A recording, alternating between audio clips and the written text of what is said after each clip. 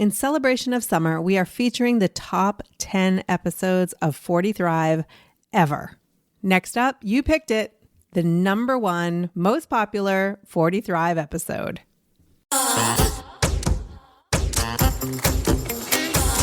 You're listening to the 40 Thrive Podcast, the show created for women 40 and beyond, ready to shake things up. And now, your host, Jackie McDougall. Welcome to another episode of the 40 Thrive Podcast.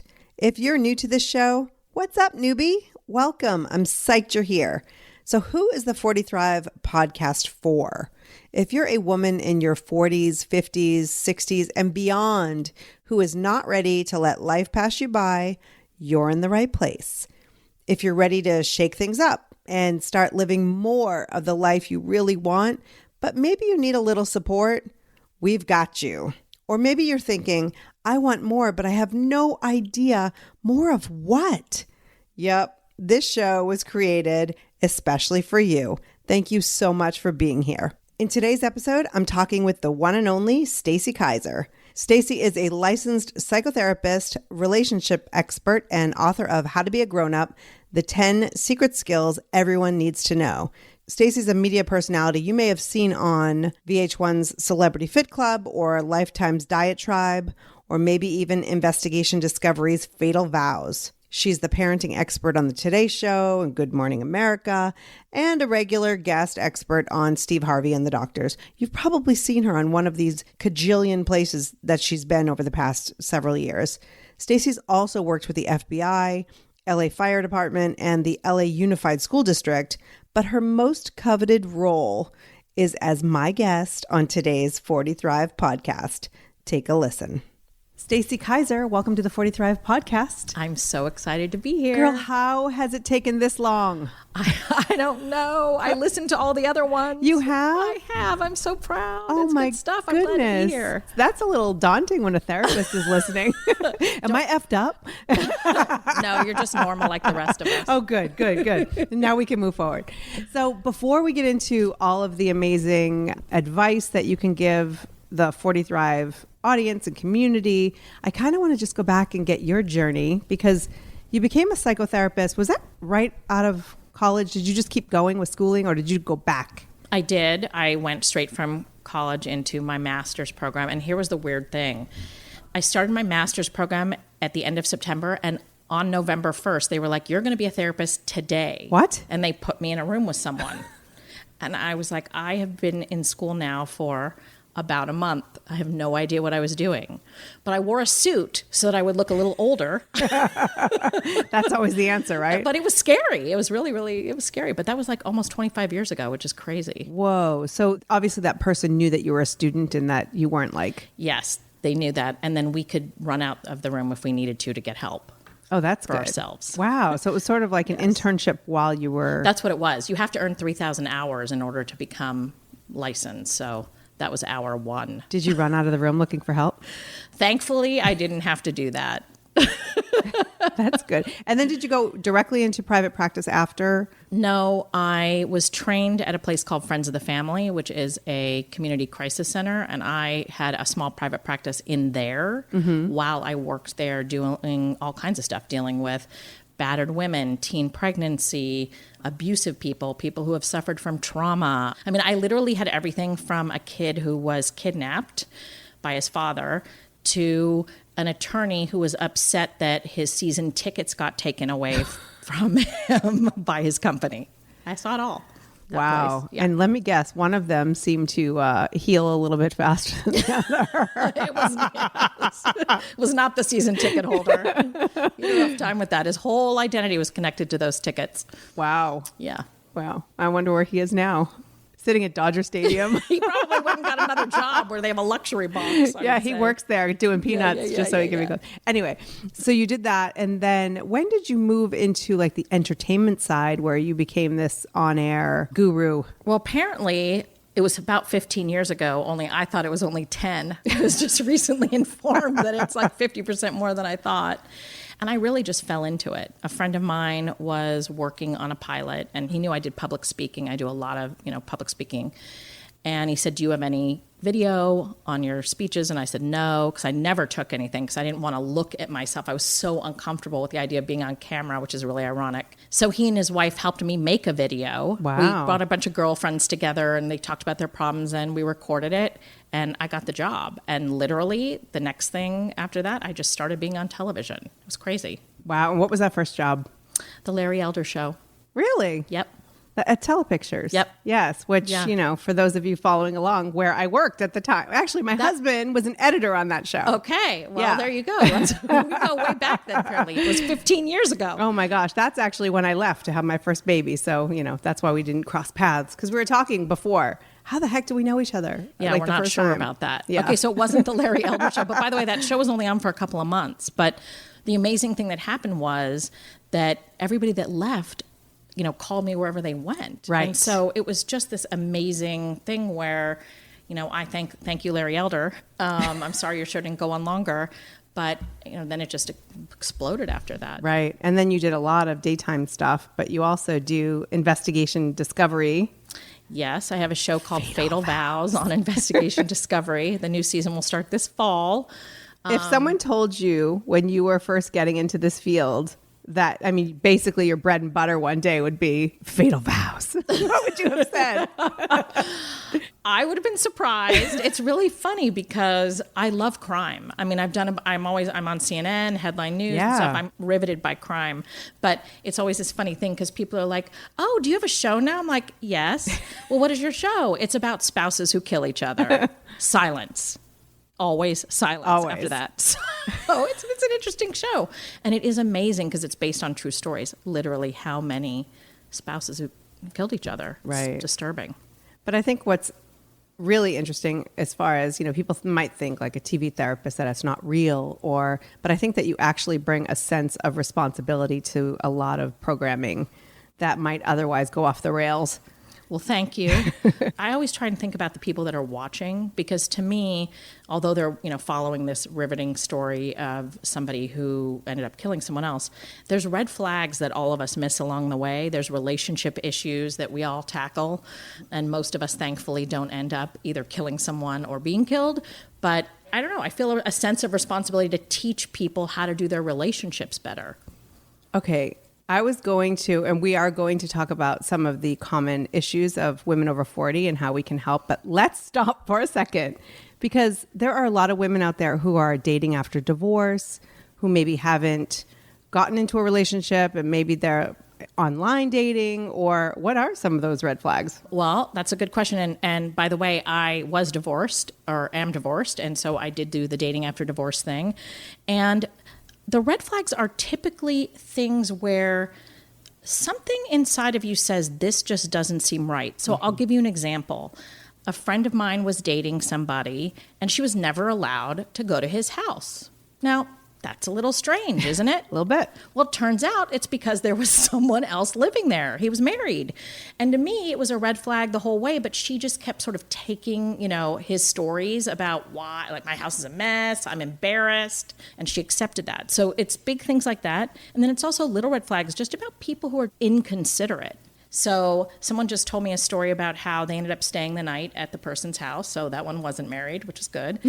And yay! And she had to leave at 5 a.m. and it was dark. And she had to walk to her car, which was, it's in LA, and sometimes you have to park far away. And he just didn't even get out of bed to make sure she would be safe. And she kept saying as she was walking out the door, well, do you want me to at least call you when I get to my car so you know I'm safe? And he was like, yeah, you can call me if you want. And to me, he's not worried about her safety. Right. And so it's things like that. Yeah. And so he might not be necessarily a psychopath. He's just an a-hole. Yeah, pretty much. Totally.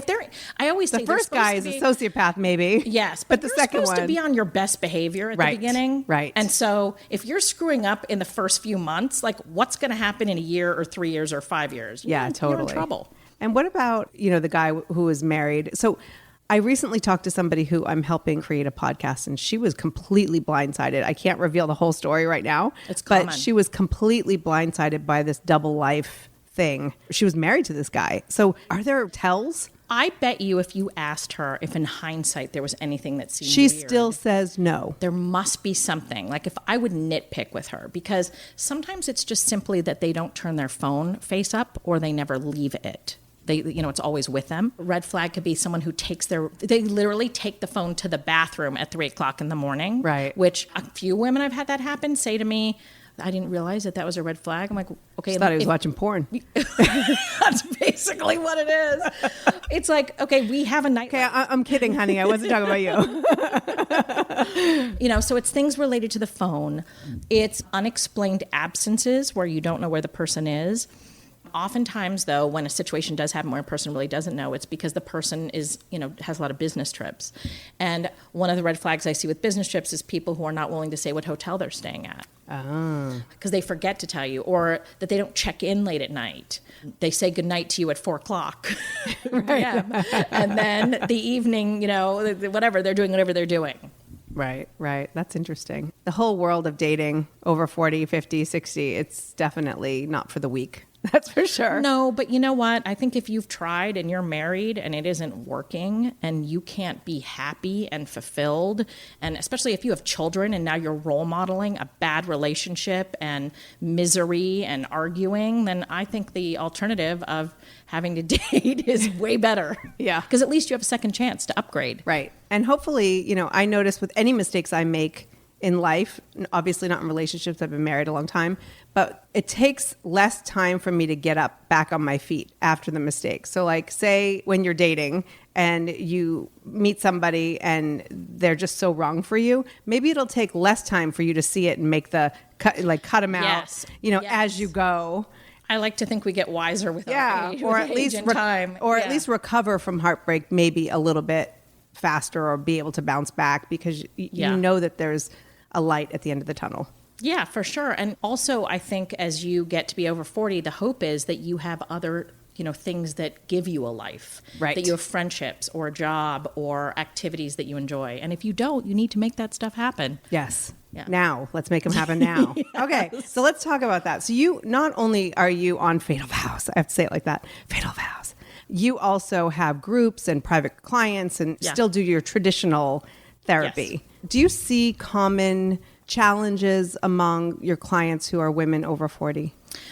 I think one of the biggest challenges that I see nowadays is people who feel like in some ways they've lost themselves. Not completely necessarily, but, raising kids, working, being in a relationship. Sometimes you are so busy accommodating everyone else and taking care of everyone else that you forget who you are and you stop meeting your own needs. How do you know if that's happened? Maybe just listening to me, you're thinking like, this is me. I don't even meet my own needs anymore. But it's when you start to realize that you're not even doing things that you enjoy, and the things that you used to enjoy, you're not enjoying as much. I have one woman who she loves to cook, and all of a sudden she stopped cooking. And she said, I just don't feel happy. And when you don't feel happy, you don't want to do anything that you would normally do. So I do think that that's one of the biggest issues.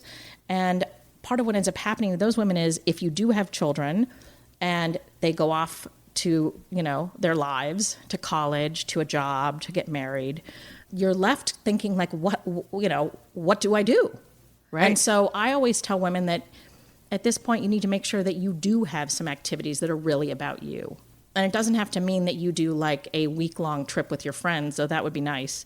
But how about one night? Or how about everyone goes to go get a massage together, or a wine night, or having some favorite TV show that you watch that like for me, it's Bravo. Anything, I'm not even promoting Bravo, but literally it's my like dirty little secret. I watch all the shows.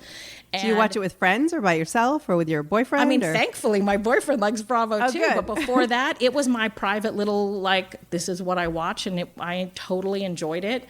And hopefully that station will continue on, because I know I'm not the only one who's like that. But the bottom line is it's to find something that you like. Right. And that gives you joy. So cooking was her passion and she just wasn't feeling it. Like, what kind of advice did you give her? Well, the first thing I did is I said to her, it's really sad that the thing you love doing the most, you stop doing. So let's start looking at why you're depleted. And what I found out is she's been having marital issues. Mm-hmm. And so we talked about, how can you not feel so depleted with your husband? And she has literally been revolving her entire life around her kids. Now, I definitely was the mom. I mean, I still am. I like making my kids breakfast. My 23-year-old brought me her laundry the other day. How sweet. I like doing that stuff for my kids. But there comes a point where you have to know where the line is too far and you've done too much and you're exhausted. And that was her. She was waking up at 4 o'clock in the morning to get all the like lunches together and whatever. And I was like, well, what's happening between like 4 and 6:30 when the kids get up? And she said, I don't know. I'm just like doing laundry and cleaning. And to me, she should have been working out or going for a walk or having one quiet cup of coffee. I mean, on one hand, I can look at her and say, all right, in her mind, she thinks she's getting a lot done because no one's awake. Right. But then she goes to work. Yes. And so there's nothing for her. And so what we talked about is, can you even carve out 5 minutes to sit down at the table with like a magazine or your social media or Jackie's podcast and just have like a moment to breathe? Yeah. And she wasn't. And so that was one of the things that we started to talk about is what can she integrate in her life that would give her her moment? Well, how did she respond to that advice? I mean, she actually said that she hadn't thought of it. She said she'd gotten in a routine where she was putting herself last. And I think that's what happens to a lot of us. Have you ever heard of the frog in boiling water theory? I'm not sure. So if you take a frog and you put it in a pot on the stove in cold water and you start to turn up the heat slowly, it will adapt and adapt and adapt and adapt, and eventually it will explode. Oh. And that is us. I think that just represents a lot of the women that I know. I always say that we have this whole phenomenon where I call it like the I've got it phenomenon. Like, oh, I've got it. I'm fine. I've got it. I've got it. I've got it. And the next thing you know, it's like, I don't have it. Like, I have it. I'm managing my life, but I'm like miserable.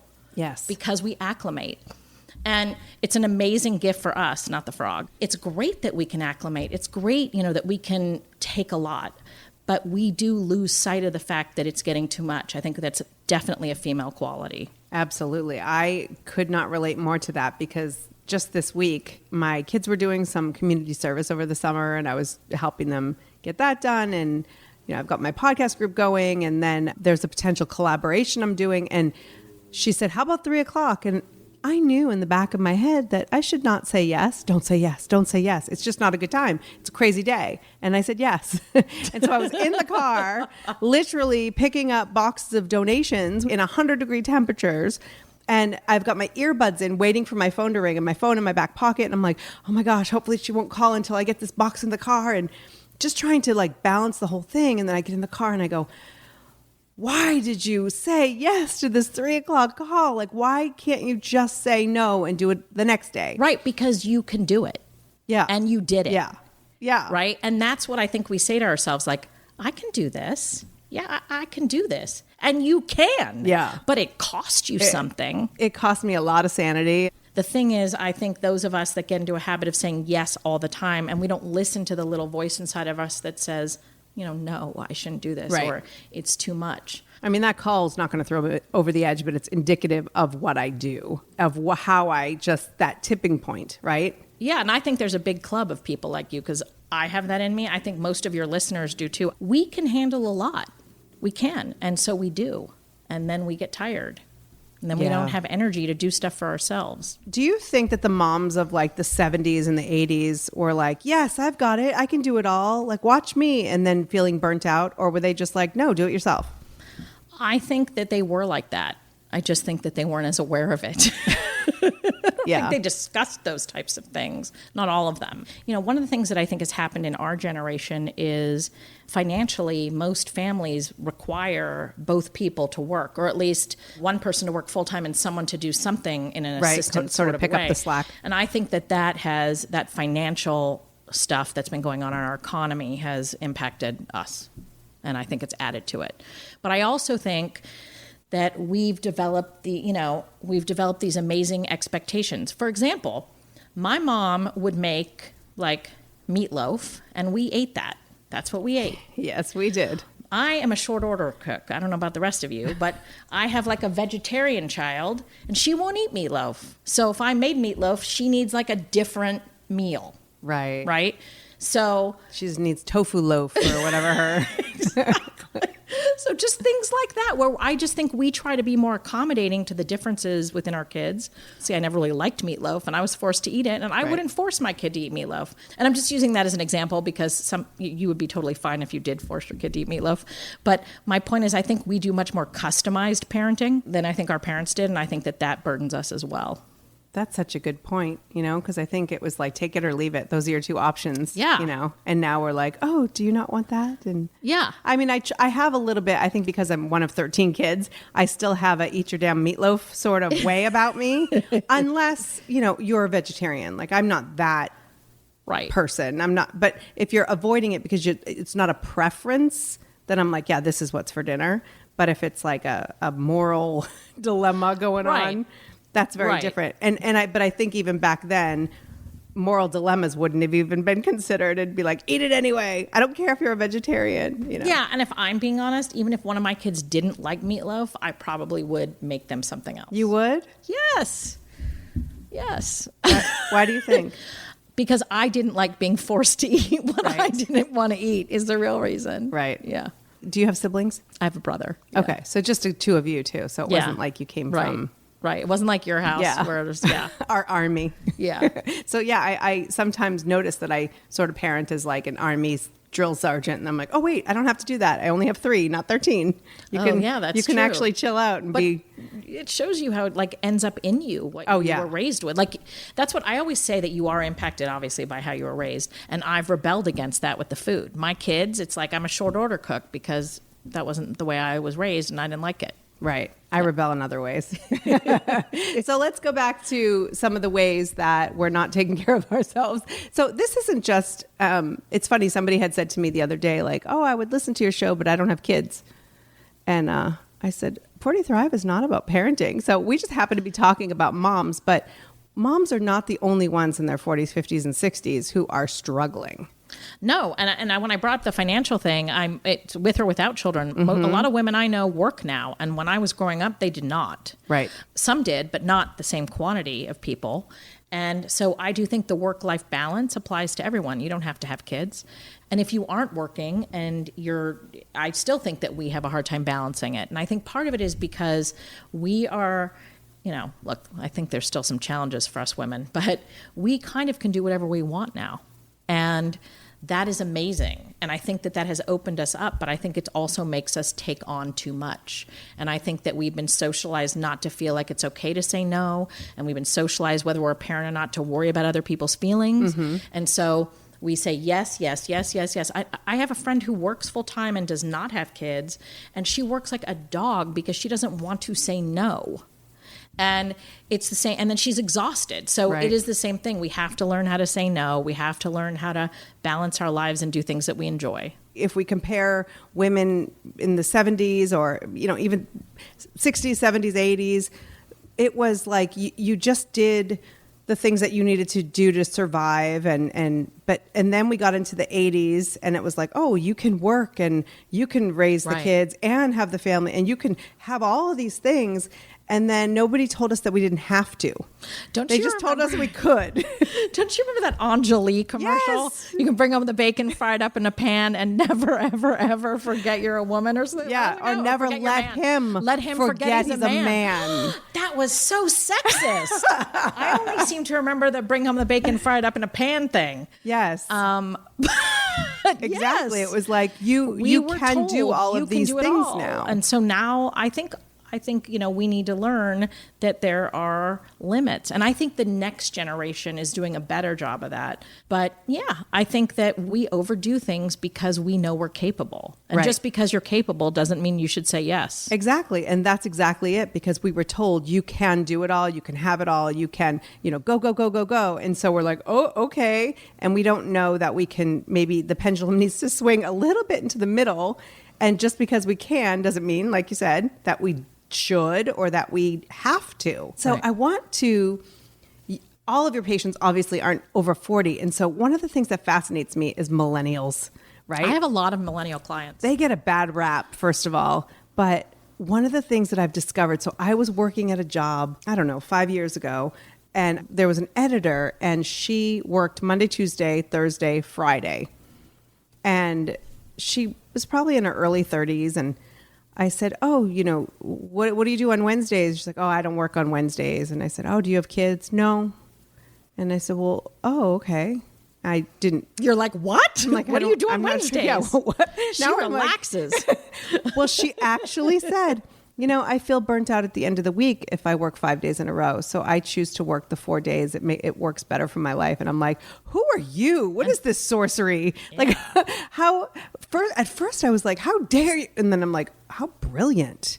Mm-hmm. Why is it that we can't take this time for ourselves until we're like being admitted for exhaustion or because we have kids? Like you don't need that excuse.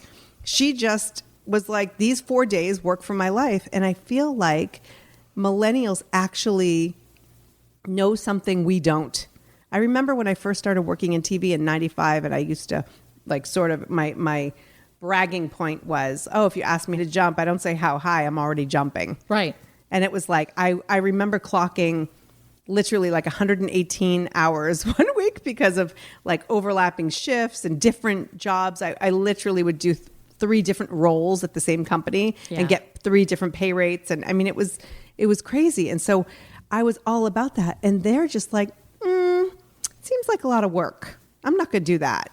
And so is it entitlement or do they have the secret? Well, some of them are entitled for sure. Some of them tell me that they want to leave before their boss goes, which is just if the boss lets you go, that's fine. Yeah. But you can't just walk out the door and have the boss be like, hello, where did you go? Right. And some of them think that they can, or they don't understand why they have to be there before the boss arrives, or why they have to go get the boss lunch.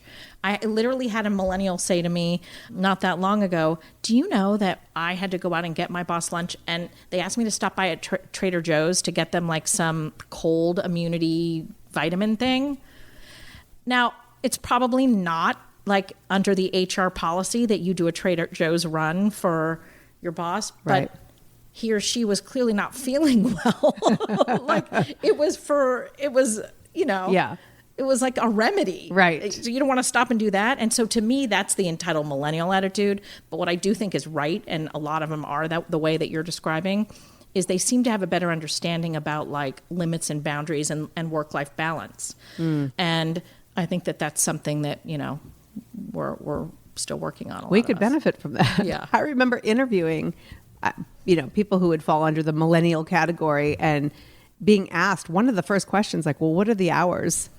And in my head, in television, I'm like, they're all the hours. I mean, whatever the hours are that you need to work. Right. And they literally are like, want to punch in and punch out, like, and slide down a dinosaur like Fred Flintstone, like they want to know what the hours are and what their life is going to look like. Right. And it's fascinating. Right. So what can we learn from millennials? What can we Gen Xers and beyond? I think we can learn that we need to really pay attention to ourselves. We are raised to be so other focused, so outwardly focused. And so, you and I were just talking about red flags with dating. Yes. And working too much, or not having time for yourself, or even giving too much to a friend or a partner or a kid. And it's because we've stopped listening to ourselves. We don't take the time to stop and tune in and say, like, how am I feeling and how am I doing? Mm-hmm. And that's one of the things that I recommend people do at least twice a day, morning and night, before you get out of bed. And when you get into bed, it's like, how am I? And I'm not going to lie, occasionally you might cry or get angry because you're going to get in touch with how you are. And right. You might be sad or mad or scared or whatever. And you might be happy. But if you find that something's not right, if there's some voice in you that's saying, you know what, I'm not happy, or this isn't right, or my friend is taking advantage of me, then it's your job to do something about it, because the only person that has your back 24 hours a day, 7 days a week is you. Right. But I feel like we spend a lot of time pushing things down because we think we're supposed to just be okay with all of it. Like, I've talked to plenty of women. I always say, like, why do you wear struggle as such a badge of honor? You know, you walk into a party and you say, oh, how are you? Oh, busy day. I did this. Well, I did this, and lifted a car on my back. Like, I mean, it's like a contest of who has it. Why don't they have a badge? I want one. I want a badge that says, like, I struggled and I'm doing really well. Like, then at least it'll be worth it. It's the new 40 Thrive badge. I'm on it. Please. But when did we decide that, like, the struggle and the suffering was actually sort of contributed to our value? That's a really well said question. I think that you're right, that we feel valuable and important and satisfied and tired and depleted all in one. And I think that it is associated with value. And it's not just our own internal value, but you know, you were describing that you had a job and you were like, I got it. You know, you say jump and I am already jumping, like that whole thing. And to me, we get rewards from other people saying, like, you do a lot, you're amazing. And it feels great to do a lot and be amazing as long as you are happy while you're doing all of that. And one of the things I think we all have to know is, what is your capacity? Like, I know I have a huge capacity to do a lot. I do TV, I have a private practice, I teach, I do corporate consulting. I mean, you make many meals. Yes, but my kids are now out. They're basically out. One of them's on her own and the other one is in college. So I'm kind of an empty nester. And so I needed to fill, you know, I like to be busy. But that's my capacity, and not every, and I still know where my limit is. Yes. And I think a lot of people aren't even aware of where their limit is anymore. So one of the things that my boyfriend always teases me about is I work a lot of nights because, you know, private practice, people have jobs, so they come to me in the evening. And then I'll have morning clients. So at some time between about 4 and 6, I get in my pajamas and I'm like watching Bravo or Netflix or like something. And he's like, what are you doing? Aren't you working later? I go, yes, I'm resting now, just like everyone else would be doing at 7 or 8 or 9. Oh. And so I've literally built it in. And then, little does everyone know, I'm revealing my secret. Right after I've watched my TV and had my little 2-hour midday break, I get dressed again, brush my hair. You know, it's like pajamas twice a day. Oh, that's so cool. It's how I wind down. I can't wind down if I'm in my work clothes. So I figured that out about myself. That's brilliant. So we just have to find our little tricks and tips that work for us. Yeah. You know, but I think you're absolutely right in that there's so much power in knowing what your limits are, because one woman's limit may be like she's got to work 6 hours a day and, you know, and not work Wednesdays. And that millennial that you talked about, her limit was, I need a midday day off. Yeah. Midweek. Right. Yeah. And so midweek. Yeah. So I think that knowing our limits and respecting our limits. And making everyone else do it too. Yes. That's the $1 million challenge right there. Making other people do it. And I don't think it's not as hard for other people as we like to believe. We like to believe that if we set boundaries and people have to do things for themselves, that the whole world will crumble. Correct. And I think some of it is because we're not practiced at saying no. We're not always nice about it. So you can very sweetly say, like, I'm really sorry, I'm so busy, I would if I could, but I can't. Or I'm really tired right now, I'm so sorry, but you're amazing anyway. Yeah. Or I don't want to. Because we always try to soften it and make it like, I'm sorry, and you know, and not just say, no, that doesn't work for me. No, that's totally true. And it doesn't work for me is another great one. Yeah. Yeah. No, thank you. Yeah. I used to quote Phoebe from Friends, and she'd say, oh, I would, but I don't want to. But you said that with a smile. You could use a smile, but you could let them know. So, all right, before we go, you know I ask all my guests, because you've heard it before, what does it mean to you to 40 Thrive? You know, I told myself I was going to prepare for this question. I love it when people don't. But I decided not to. Go with the gut. To me, what it means is to sort of embrace this chapter of my life, that I'm not 20 anymore. And so I have some wrinkles in my forehead and I have to get my hair colored every 6 to 8 weeks. But to love and like myself anyway, and to be happy that I am, you know, the age I am, in the place that I am, and areas I'm not happy in, to that I still have enough energy to, you know, figure them out. Yeah. That's great, because I think, happiness to me, and you're the therapist, so you know better, but happiness to me is being grateful for where you are and having the ability to move in the direction where you want to be. Amen. I totally agree. And I have this thing where I want to live the life I want, and I want everyone to live the life they want, whatever that is. Yes. And so why wouldn't you just keep working at it? Yes. This is why I like over 40, because we have time, but not that much time that you can be lazy about it. But I'm going to max it out. Whatever time I have, I got to get it done. Exactly. Yeah. Stacy, thank you so much. I love having you on. Thank you. We have to do it again. Okay, we will. Okay. We will, for sure. Thank you so much, Stacy. She is like having a really, really smart best friend, isn't she?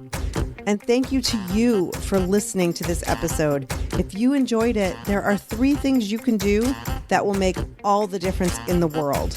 Number 1, subscribe. It is literally one simple button and will allow the show to automatically be updated on your favorite podcast app.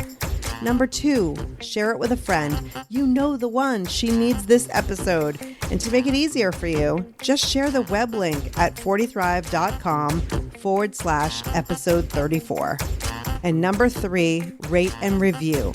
Apple Podcasts and all the other apps are all about these confusing algorithms. So the more activity they see on a podcast, the more they share it. So rate the podcast, write a quick review, share it, subscribe to it. It all helps. This is an absolute dream to bring you the 40 Thrive podcast every week. I want to hear what you want more of or less of, or just get your feedback. This show is all about bringing value into your life. So don't be shy. I want to hear all about it. Until next time, take care and keep thriving.